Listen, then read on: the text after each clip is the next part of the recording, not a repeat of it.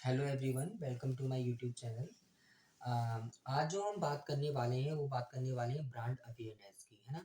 आप एक चीज़ को समझ लीजिए कि कभी भी किसी भी कंपनी को अवेयरनेस बढ़ाने के लिए, या मैं कहूँ किसी भी ब्रांड को अवेयरनेस बढ़ाने के लिए किन किन चीज़ों पे ध्यान रखना चाहिए, या क्या कौन सी चीज़ें होती हैं जिनसे अगर वो उनका ध्यान रखे तो वो अपनी अवेयरनेस को और क्रिएट कर सकता है। What is awareness? अवेयरनेस क्या होती है? जागरूकता, है ना। कि चीज़ें हैं, चीज़ मार्केट में है, बट उसकी अवेयरनेस किस चीज़ से हो रही है? उसकी पिक्चर से हो रही है, उसके कलर से हो रही है, उसके प्रोडक्ट से हो रही है, उसकी सर्विसेज से हो रही है, किस चीज़ से हो रही है ना। तो इन सब से ही होती है।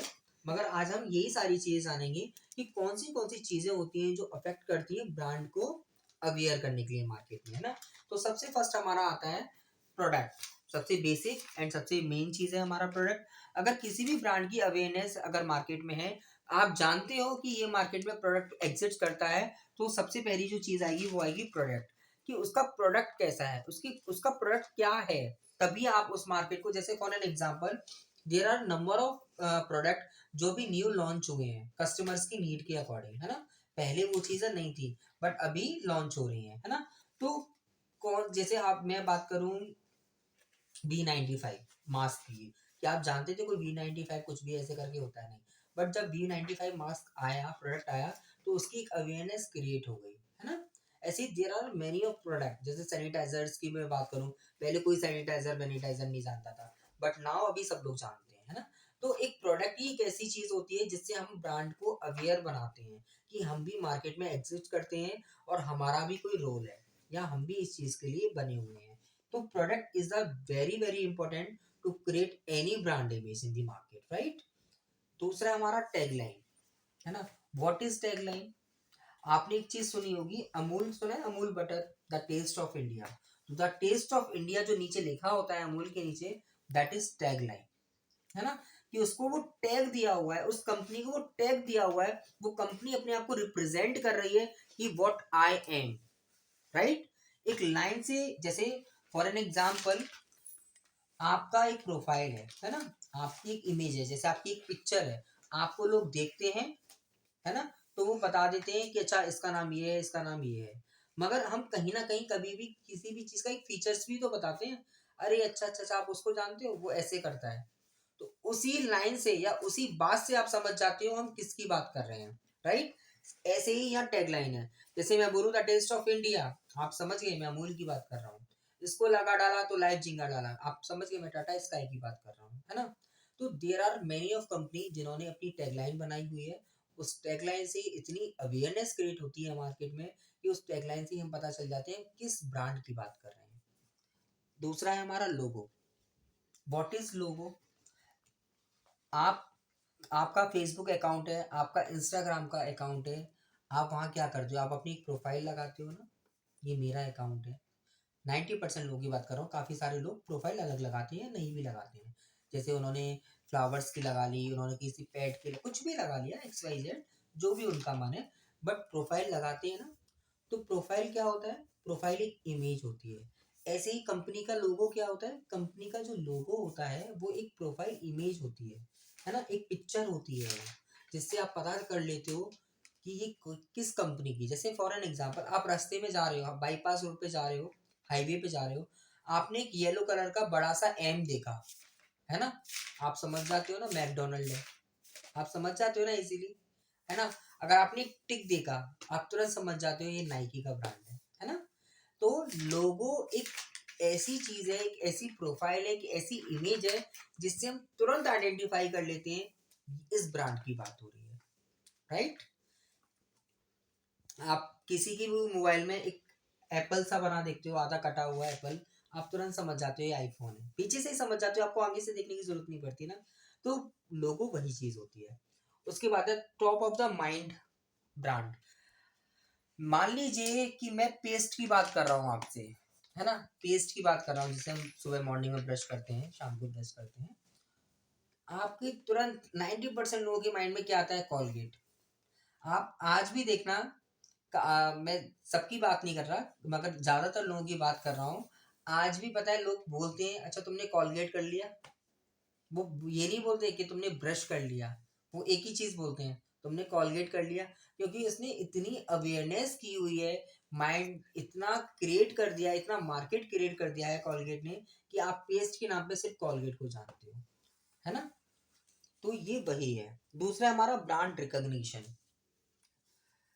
आप उस ब्रांड को किस चीज से रिकॉग्नाइज कर पाओगे? टैगलाइन से, लोगो से, पंच लाइन से, या किस चीज से कर पाओगे? फॉर एन एग्जाम्पल, जैसे मैंने भी आपको एक एग्जाम्पल दिया था ना लोगो वाला, कि आपने एक एम देखा येलो कलर का, आप तुरंत समझ गए, है ना, ये मैकडोनल्ड है। तो हम जिस चीज से ब्रांड को पहचानने लगते हैं, जिस चीज से ब्रांड को जानने लगते हैं, दैट इज कॉल्ड रिकॉग्निशन। कि अच्छा अभी आप पूछते ना, अच्छा ये चीज तुम रिकॉग्नाइज कर पा रहे हो, तुम मुझे पहचान पा रहे हो, ऐसे करके बोलते हैं कि नहीं बोलते हैं? तो उसमें क्या, हम काफी सारे क्लूज देते हैं। अच्छा ऐसे हुआ था, ये हुआ था, वो हुआ था, अच्छा ऐसे हुआ था। ऐसे ही हमारा ब्रांड है ना, कि हम मान लीजिए उसके लोगो से पहचान रहे हैं, एम से पहचान रहे हैं, या बर्गर बना हुआ है उससे पहचान रहे हैं, है ना, या मील की प्लेट की जो इमेज होती है उससे पहचान रहे हैं, या उसके टैग लाइन से पहचान रहे हैं। हम जिस भी चीज से उसे रिकॉग्नाइज कर पा रहे हैं ब्रांड को, that is called brand awareness, है ना। Brand recall. आपके ब्रांड रिकॉल क्या होता है? It is also known as a brand edit, है ना, ब्रांड आइडेंटिटी और spontaneous recall in the sense कि आप से जो बात करी जाए और आपके सबसे माइंड में सबसे पहले जिस कंपनी का नाम आए, that is called brand recall. There are many less of company जो मार्केट में है जिन्हें रिकॉल किया जाता है। जैसे फॉर एन एग्जांपल, अगर मैं बात करूं आपके पैकेट वाले दूध की, है ना, तो आप सबसे पहले अमूल का आपका माइंड जाता है, अरे अमूल का दूध, अमूल की क्रीम, जाता है ना माइंड, क्योंकि प्रोडक्ट की हम बात कर रहे हैं, ब्रांड की बात नहीं कर रहे हैं। मगर आप रिकॉल किससे कर रहे हो उस प्रोडक्ट को लेके? अमूल को कर रहे हो, राइट। अगर मैं कहूँ अरे यार पिज्जा खाना है, तो अच्छा तुरंत आपके माइंड में आ गया पिज्जा हट। आप किसको रिकॉल करते हो? आई एम नॉट सेइंग कि आप पिज्जा हट को ही रिकॉल करोगे, आप जिसको रिकॉल करो वही तो अवेयरनेस है।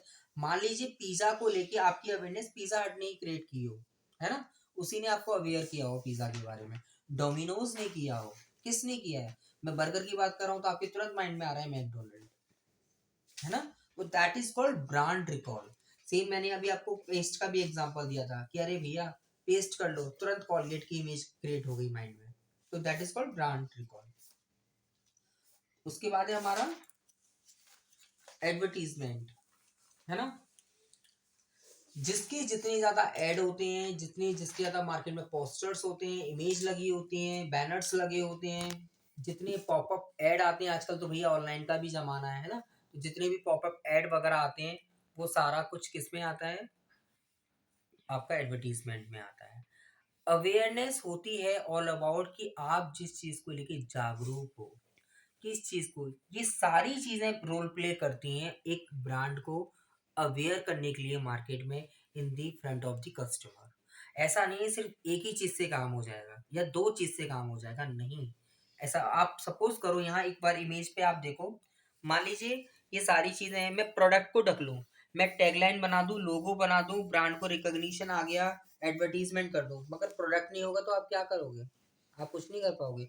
मैंने प्रोडक्ट बना दिया, टैगलाइन बना दिया, लोगो को छुपा लिया, कोई इमेज ही नहीं है, आप कर पाओगे रिकॉल? फॉर श्योर आप रिकॉल नहीं कर पाओगे। So these all are the factors जो अफेक्ट करते हैं ब्रांड को अवेयर करने के लिए मार्केट में, है ना। तो प्लीज आई होप कि आपको ब्रांड अवेयरनेस क्रिएट कैसे होती है मार्केट में ये क्लियर हुआ होगा, क्या क्या चीजें अफेक्ट करती हैं ब्रांड अवेयरनेस के लिए, वो भी आपको क्लियर हुआ होगा।